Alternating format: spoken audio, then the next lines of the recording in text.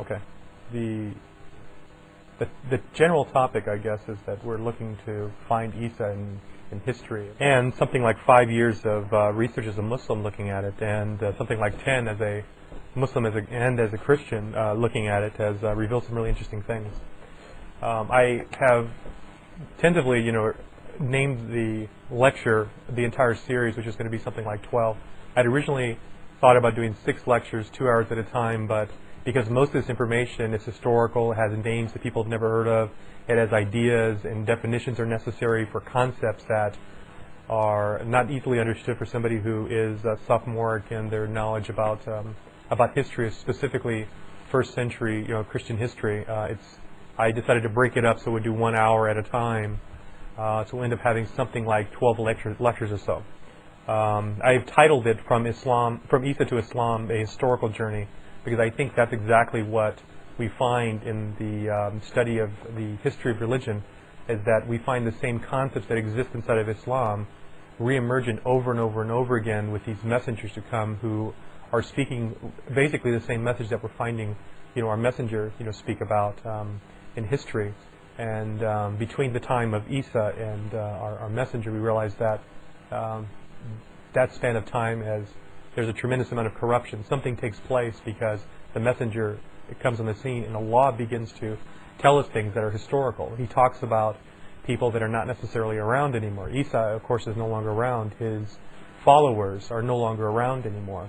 And because Allah has made historical claims as well as He has made scientific claims, the same way that we have looked at, science has eventually revealed the truth of Allah's statement to show it as to be a miracle. So in the study of history, we have found that the historical statements that Allah has said concerning His messengers, before Muhammad ﷺ, are also true, and to me they seem to be a miracle also. Inshallah, other Muslims will also.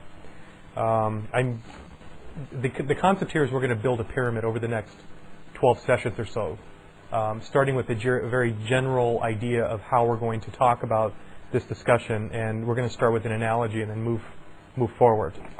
You okay, brother? During the first part of 1997, a group of young adults walked into a specialty store and bought an expensive and powered telescope to look at a comet that was not yet visible with the naked eye. A few days later, they returned the telescope and asked for their money back because the telescope was broken. When asked how it was broken by the manager, the group said that the telescope did not show the spaceship that was following it. The manager of the store tried to convince them that it was not broken and there was no spaceship following the comet, but they would not change their mind. This group, of course, was called the Heaven's Gate, founded by Marshall Applewhite. On March 26, 1997, 39 members of this group were found dead after having committed suicide in order for their souls to be able to meet the spaceship that was following Hellbob. They believed that the spaceship would take them to a new incarnation. What's really interesting about this happening, and I'm going to show there's a parallel with the history of Christianity, is that these group of people who believed this weren't uneducated people. Applegate was a former professor. Many of the followers of Applegate had master's degrees, and a number of them had PhDs. They were highly educated. A lot of them were computer programmers, made a tremendous amount of money by doing programs and setting up websites and so forth. They were very educated.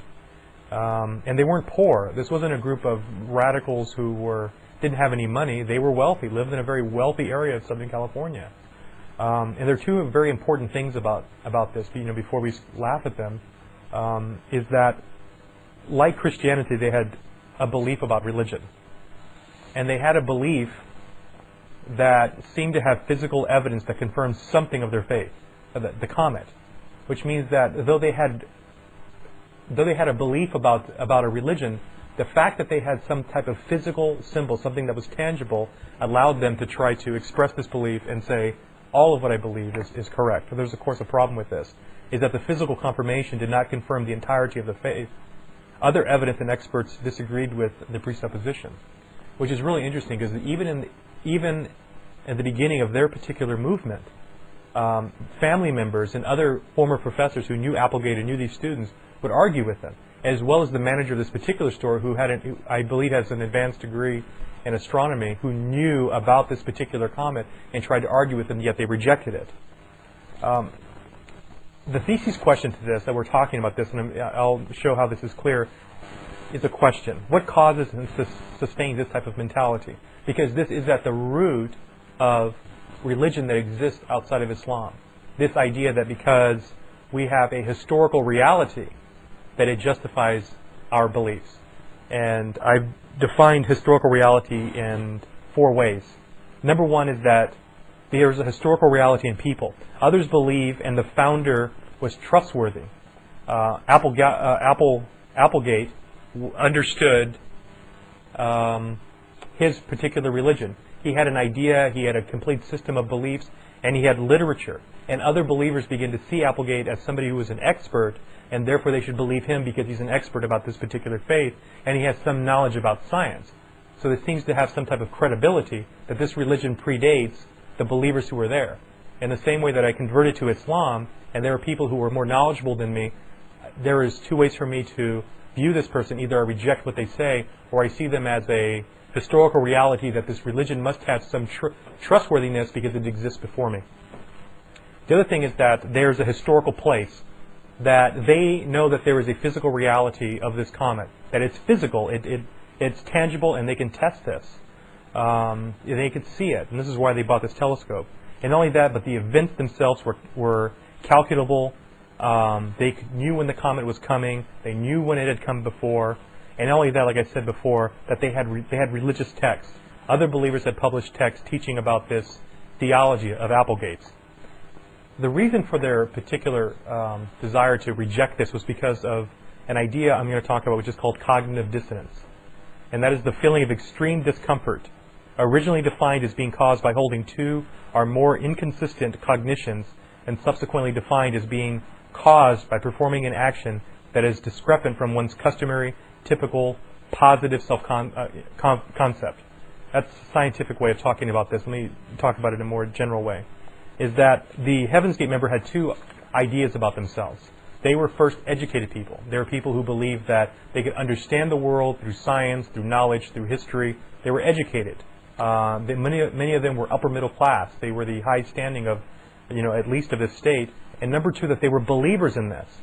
And the problem with these 2 things is that there is eventually going to be a discrepancy between their historical reality of their faith, of what they believe is true, and with their education that's causing them to have to do something about this, because they can't have both. You can't, in this particular faith, be an extremely educated, scientifically minded person and have these beliefs. Because they realize that the dissonance is taking place, this uncomfortable feeling inside, because they're educated and they should be rational, but at the same time, because they're believers in this, they must be faithful. So there's only 3 alternatives for these 3 groups of people. 1 is to change the position that's causing this discrepancy, which means they either reject knowledge and they say, I believe because I'm having some feeling, or they can justify their behavior by changing one of their cognitions, or they can attempt to justify it. An example with smoking, what I'm talking about, to make this easier. Let's say that you have a smoker, and he sees himself as a logical, happy person, and he's reasonable. And then he sees a sign that says smoking causes cancer. Because he's a logical person and believes he's a good person, that sign is causing him to feel uncomfortable. Because he realizes that seeing that this causes cancer goes against the fact that he's a reasonable person. He wouldn't go against this because he wouldn't do something that was going to cause him harm because he feels himself to be logical and a good person. This is something that people who are not good do. So he has a choice here. He can stop smoking. That way he can stop this feeling inside. Number 2, he can change one of his cognitions, which means I'm reasonable, but not every smoker gets cancer. So he changes one of his positions. Well, yeah, I believe that, but not everybody gets cancer. That way I can get rid of this idea by saying I've thought this through. I'm being logical because I know the statistics. I could be one of the few who don't get it. Number 2, he can justify by saying he gets some benefit from it. It relaxes me, and he can justify it. The Heaven's Gate shopper chose to justify their beliefs. They chose to say, I believe in science and this religion, but this piece of scientific equipment is broken. They tried to justify it. Therefore, they can maintain their faith in Applegate and their education. They don't come into conflict with each other. The history of Christianity is a history of cognitive dissonance. I don't mean the history of Christianity in the sense of the last 100 years or the last 200 years, because after about the 5th century, 6th century, there is no more Christianity anymore. It ends because we have the messenger who's going to come. But before that, you have a lot of cognitive dissonance. You have persons who are struggling with how to define their faith. And that's because they have a historical reality, like I said before. They have historical realities of people that were real historical figures. You have Jesus and John and Paul, the Romans and the Jews. Those are real people. We can't deny that. Number two, they have real places. Israel, the Jordan River, parts of Palestine. They have Sinai. They have all these places in the Middle East that are real, tangible places. They are historical realities. And they have real events that they can look into history books and find real events. They have the Romans conquering Israel. They have the Jewish revolts. They have the rise of Hellenism in that area. And they have text by which they can find this material. Real text. The New Testament, the Old Testament. They have the pseudepigrapha and all these different documents by which they can justify their faith. So when we look at Christianity today, you're talking with a person who like the Heaven's Gates persons, have a tremendous amount of material by which to justify their faith. And for you to try to come against it and attack it, you're attacking all of this information that they can lean their faith up against and say, I believe because of all these historical realities that are around me. But there's a problem. The historical reality of Christianity does not prove the entirety of their faith or their doctrines and theologies. And what I mean by that, it is true that when Christians say there was a real Isa, we know that, historical reality. There were these people called the Romans. There were these people called the Jews, the Pharisees, the Sadducees. There were these councils. All of those things are real. There was Paul, and there was persecution of Christians, and all these things. That's true. Those are historical realities of Christianity that you can't deny. There were theologies, for instance, that existed at the time that are realities. But the problem is that the entirety of their faith, what they have today, when you're trying to weigh that against the historical realities that they have, including their text, those things are not supported. And what I mean is like the idea of the Trinity. It is a reality that the Trinity exists at some period of time, and it is now part of the Christian faith. To try to argue with the Christian that the Trinity isn't part of their faith, well, that's ridiculous. It is. And the texts themselves have been developed specifically to uphold that. You can't argue with them and say that they don't believe that for them, the Messiah was going to die, and that by his death, he would take on the sins of the world upon him. So all you can do, you have like a license to sin. You know, you sin, you can put up your card to Allah and say, you know, it's okay. You know, Jesus already paid for this, crime. Therefore, I'm okay. You know, I repent, and you can move on. That is a reality in the religion, but it does not exist as a historical reality or as a historical proof for them if they're trying to associate all of these historical realities with Isa. Isa exists outside of that. It's the same, for instance, if I was going to talk about us in this room, if 300 years from now, I could talk about the historical reality. There were Muslims in this room. There were people who lived here at this time. They believed in the Qur'an. They made prayer, right? And they used to have this crucifix that was up here, and they used to bow down to the crucifix and make the sign of the cross, and so forth. Now, everything that's around this other historical reality is true, but the particular statement about the cross and the theology that goes along with that, that's not supported by it. And the history of Christianity is exactly this way.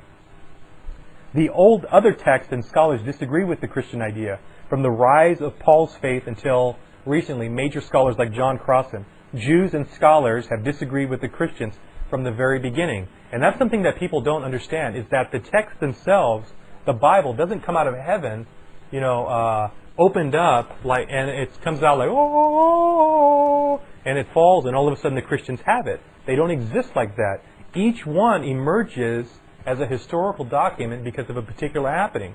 And each one of them emerged because of what we talked about before. Cognitive dissonance. A social cognitive dissonance. That societies of persons who called themselves Christians at different periods of time were experiencing social persecution, political, economic persecution problems that caused them to have to reformulate their faith.